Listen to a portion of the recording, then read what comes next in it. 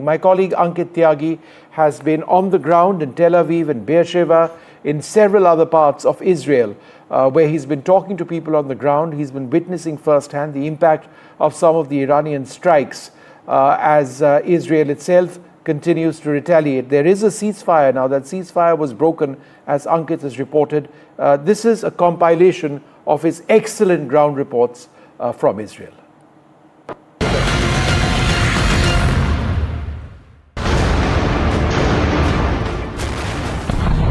Look at the damage and the impact of that entire strike. This is where 4 people have been confirmed dead. All right, as I speak, you can hear the air raid sirens going in, so I will have to make my way. This is the announcement being made. Listen to it.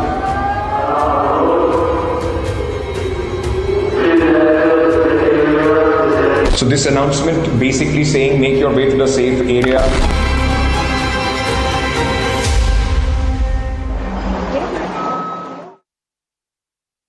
Good evening and welcome to this special broadcast which NDTV is bringing to you from Be'er Sheva, the city which bore the brunt, the maximum damage just an hour and a half before the supposed ceasefire was being implemented between Iran and Israel on the 12th day of this ongoing conflict. I am standing right now in Be'er Sheva, and you will hear a lot of noise. You will also see a lot of heavy earth moving vehicles behind me. They are at the site of what used to be a residential building right here. This is that residential building which was struck just 1 hour 15 minutes before the supposed ceasefire came into effect between Israel and Iran. 4 people lost their lives in this and 5 were badly injured, those who were pulled out of the rubble. Right from that time, there was expectation that Israel will respond. And what will then happen to the ceasefire? Both Iran and Israel seem to be wanting the last upper hand before the ceasefire could be implemented. That really angered the United States President Donald Trump, because remember, the Israeli defense minister had very clearly said that Israel is going to respond with full force to the aggression from Iran. Donald Trump came out, warned both the sides not to escalate. The big question now is, will this fragile peace, will this fragile ceasefire hold? Israel, as soon as we made the deal, they came out and they dropped a load of bombs, the likes of which I'd never seen before. The biggest load that we've seen. I'm not happy with Israel. You know, when I say, okay, now you have 12 hours, you don't go out in the first hour and just drop everything you have on them. So I'm not happy with them. I'm not happy with Iran either. But I'm really unhappy if Israel's going out this morning because of one rocket that didn't land, that was shot, perhaps by mistake, that didn't land. I'm not happy about that. So will this peace hold? That's the big question. We have heard from the, through the day from the Israeli side, they have been saying the ball is in Iran's court. But let me very quickly at this moment bring Syed Asif Zaidi, research scholar at the Al-Mustafa International University, who is joining me at this moment. Mr. Zaidi, thank you for speaking to me. Let me very quickly first begin by asking you, Donald Trump has said that both the sides have violated ceasefire. The defense minister of Israel has also mentioned that they will hit back hard because of the transgressions of Iran. That's their charge. They are saying after the ceasefire announcement, there was still missiles which were lobbed. One of the buildings behind me was also hit. What is the Iranian side's view on this? Do you think that this ceasefire is going to hold? The situation or the view from Iran at this point, as I'm picking it up from the media within Iran, is that nobody is using the word ceasefire here. For example, the National Security Council released a statement some time ago where it deliberately chose to avoid using the word ceasefire, but it said that it had forced Israel and America to pause their aggression. And it is watching every step.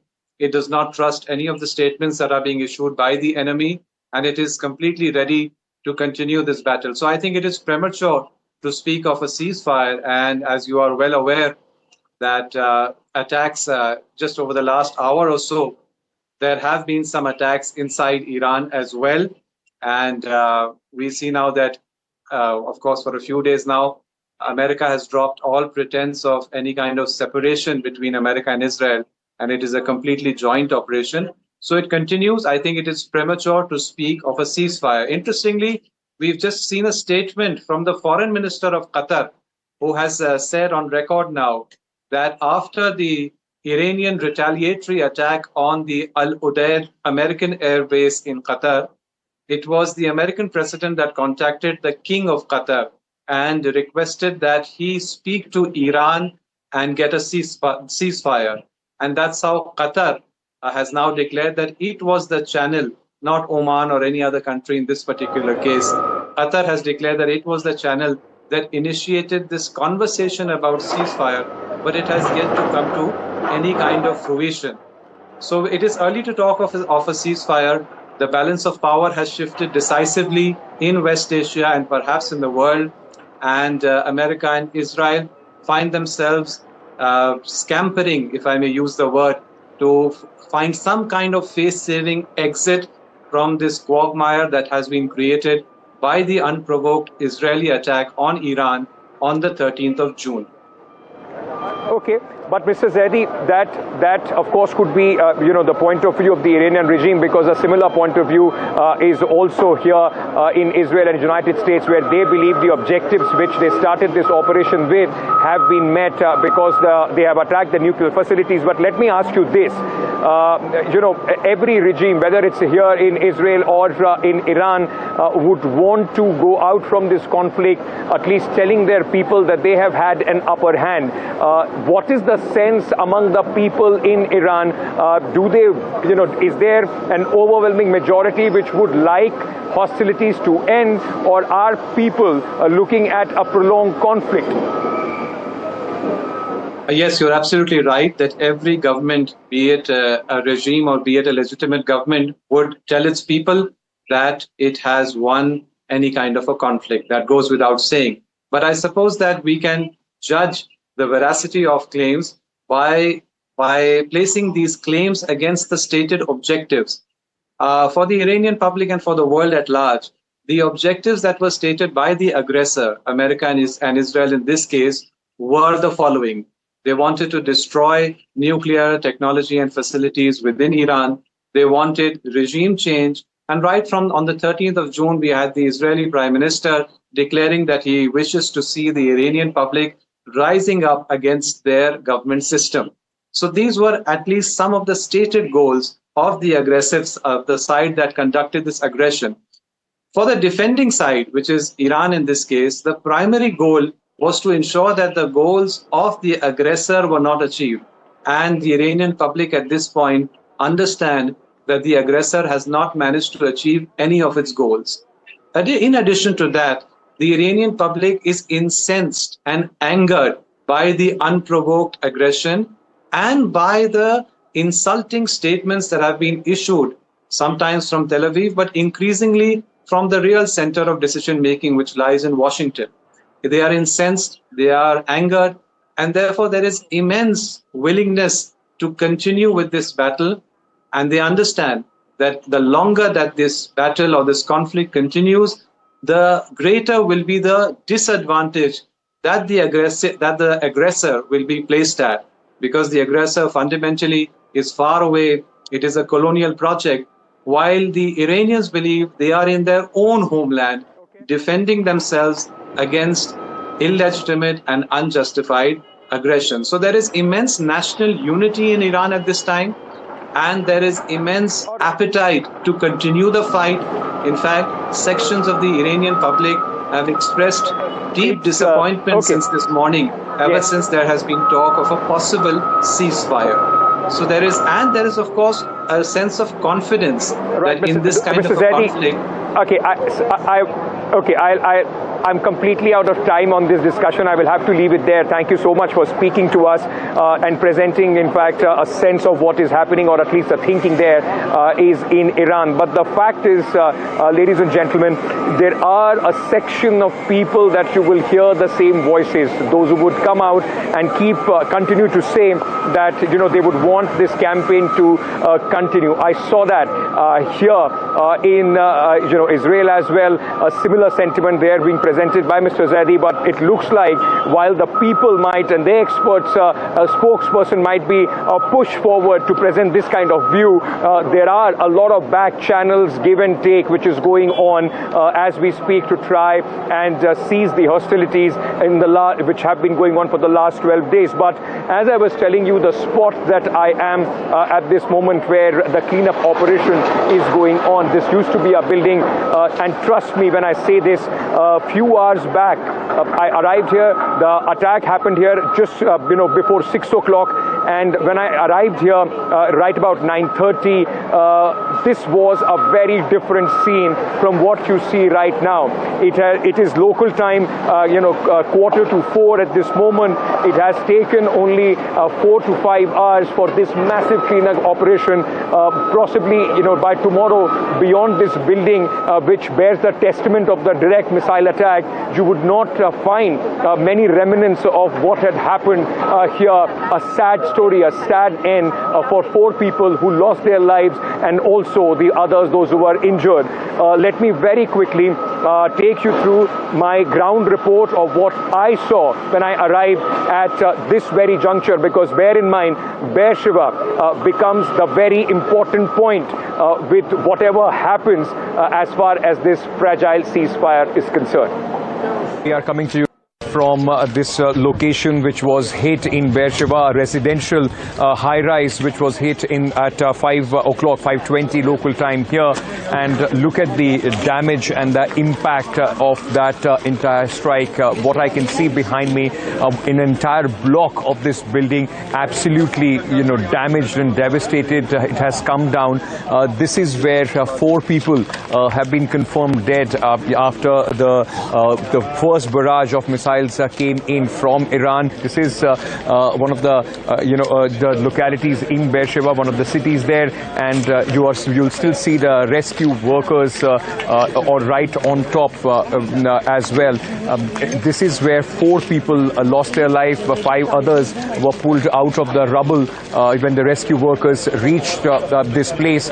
And even at this moment, where we are standing right next to the building, all that you can see are the signs of impact and what is left behind after that devastating strike that took place here in Be'er Sheva. All around, even in the buildings which did not take the direct hit, there are signs of broken glasses, windows absolutely shattered, and totally damaged cars that are strewn all around. And the rescue work is still going on. If you would see behind me in this building, this entire section of this building, this entire block has absolutely been damaged. There were 5 barrages today that we saw coming in from the Iranian missiles. At this moment, at least, what we have been told is that till 7 p.m. The Israeli government is going to see how the situation develops before any further announcement is made as far as the ceasefire is concerned. In the last 3 days that I have been here in Israel, in Tel Aviv, every night there have been air raid sirens which have gone up, and projectiles have been lobbed towards Tel Aviv and other cities of Israel. But just in the last hour, or little more than that, before the ceasefire was to come into effect, today was an extraordinary day in which in about 70 minutes, 5 times, the sirens went all around Tel Aviv and other cities. In just almost every 5 to 10 minutes, we were running to the nearest bomb shelter.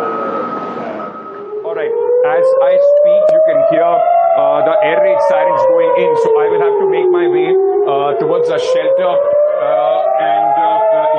This is the 4th time that these air raid sirens have gone in, and we will try and make our way out and see if we can find us a safe place.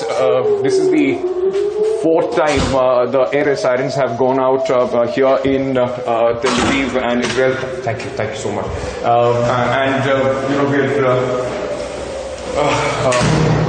So fourth alert here, and you heard the sirens going behind me while we were trying to speak. I am in a place where I could. All right, this is the announcement being made. Listen it to.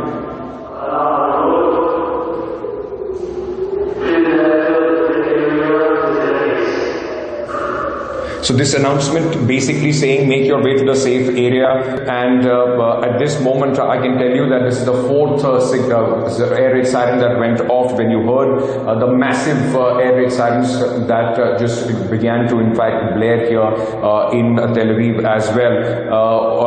I have lost the connection to the studio. I'm hoping that I can get connected again because the signal here in the safe room are extremely bad. Okay, again we can hear some loud thuds. It seems that interceptors are on the job. There are some missiles which have been lobbed towards Tel Aviv, and at this moment I can only tell you that this is from the time I've come in. It's the third day now, and I have never seen in the last 3 days, 12th day of the war, how continuously barrage after barrage of missiles is coming in from Iran. Massive cleanup operation here in Be'er Sheva just few hours after that direct hit to this building behind me. Frantic work going on with rescue workers now clearing the building, and debris being cleared and picked up with massive machines which have been pressed into action. In fact, it was not just this building but cars and buildings around this area which were also damaged, now being picked up one by one by these cranes which are coming in and taking the stuff away. When this strike took place, I spoke to the international, when I reached here, I spoke to the Israeli police international spokesperson who gave us an idea about the exact moment of the impact and the scenes that they saw right when they arrived here. Lieutenant Dean Elson, he is the international spokesperson for the Israeli police. Thank you so much for speaking to us. Let me ask you for this. There must be first responders who would have come at that point of time. When did the missile strike take place in this building? It's a completely residential civilian area. Yeah, so our emergency dispatch got the call approximately around 6 a.m. this morning, a little bit before that. And because our police officers have been on heightened alert since the very beginning, since June 13th, we've had units that were very close. They arrived here, including our bomb disposal units, to clear the site from missile fragments and debris so that the rest of the officers and security forces can go inside and begin their search and rescue efforts. We're talking about a residential building that sustained intense damage. You see it right here. It's not a military base and it's not a security building. This is somebody's home. It's not meant to absorb a ballistic missile. And unfortunately, we've recovered 4 individuals who were murdered here.